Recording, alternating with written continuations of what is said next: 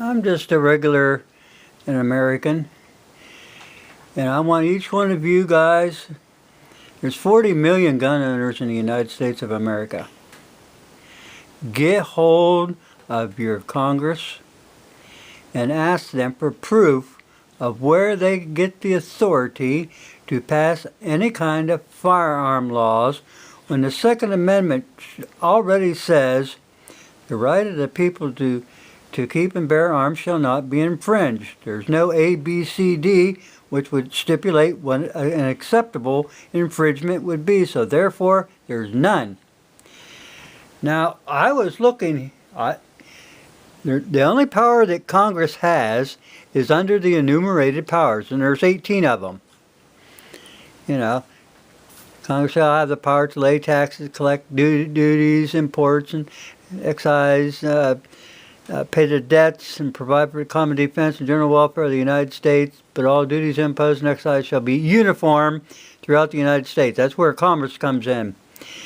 To borrow money, to regulate commerce with foreign nations, and commerce now, I want to show you something. The best evidence rule is it requires an original document, photograph, or other piece of evidence to be introduced to the court to prove that the contents of the same item. Okay? Now, the best evidence we have back when this thing was written, we have the Declaration of Independence.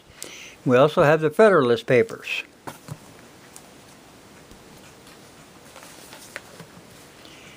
Number 22.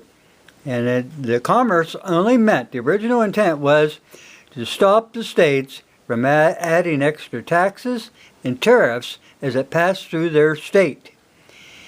Each one of these people were trying to pad their pockets like the congressmen and the senators do today. Looking for a quick, easy buck that they could hide. Now, I was looking this up too. As soon as I get a chance here. This is Webster's Dictionary, 1828. Commerce. And what commerce means is the Commerce Clause is the power given to Congress to regulate Congress among the states. It was meant primarily to restrain state power, to ensure the free flow of goods and services among the states. They were given the power over the commerce to make it regular. These limitations are reinforced by the Necessary and Proper Clause, which limits the means available to Congress for those that are necessary for executing the enumerated powers. Now, I've looked in every part of the Constitution, and I cannot find any place in there where the Constitution grants Congress the power to make firearm bills. This is, you know, according to the federal government, after I looked at this, nowhere in the Constitution is granted authority to abridge, restrict, or infringe in any fashion whatsoever guns and ammunition. Thus, all restrictive laws made by Congress, all regulations made by the Bureau of Alcohol, Tobacco, and Firearms are unconstitutional as being outside the scope of powers granted to Congress and to the executive branch by our Constitution. Restriction of arms and ammunition is not one of the enumerated powers delegated to Congress or to the executive branch. I'll show you something else here. After doing some looking around, this is the United States versus Cruikshank.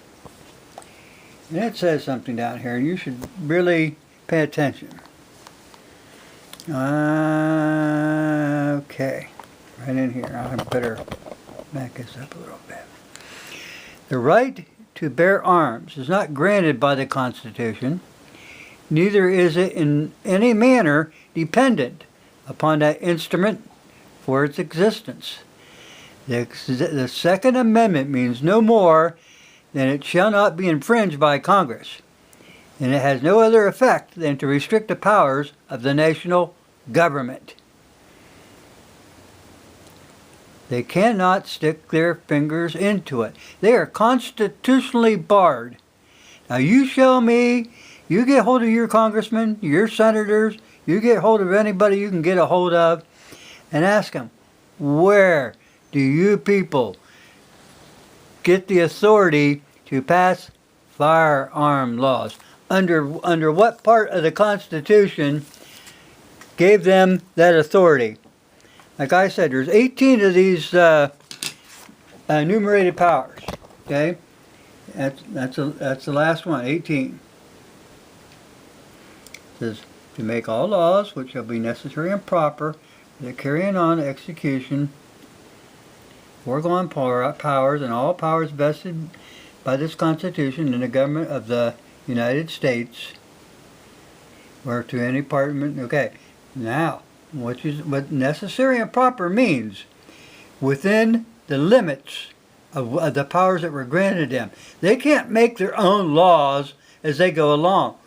Well, we got away with it once. I don't care if you got away with it 1,000,000 times. It ends. This crap every year, it's the same shitting thing.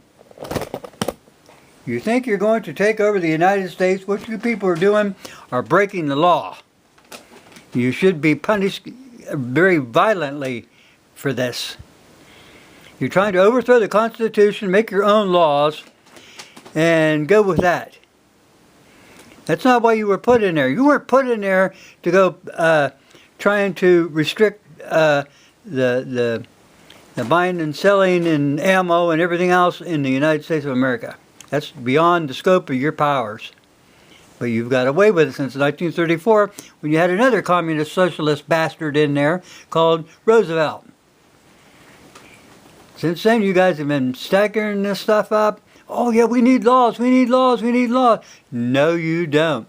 There wouldn't be so much of an uprising in the United States right now, you know, people who are unhappy, if your stupid Congress and the Senate passed those doggone free trade laws that took all the jobs out of the country so that these people could not support themselves. And they end up on the government's payroll so that they could feed their families. That's what's wrong with America. And then Trump going, oh, we got to renegotiate it. No, when something doesn't work, you ditch it.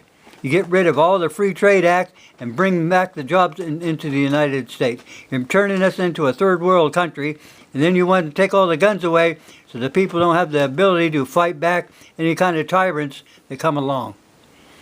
And if you think you're not a tyrant, anybody who's trying to overthrow the Constitution of the United States is a domestic terrorist. Everyone up there in basically in the White House and on down through there, Barr, all those congressmen, senators, they should be arrested. They are domestic terrorism. That crap about, oh, well, we'll take their guns first, then due process. Well, that sounds like an idiot talking. Oh, but he's a genius, you know.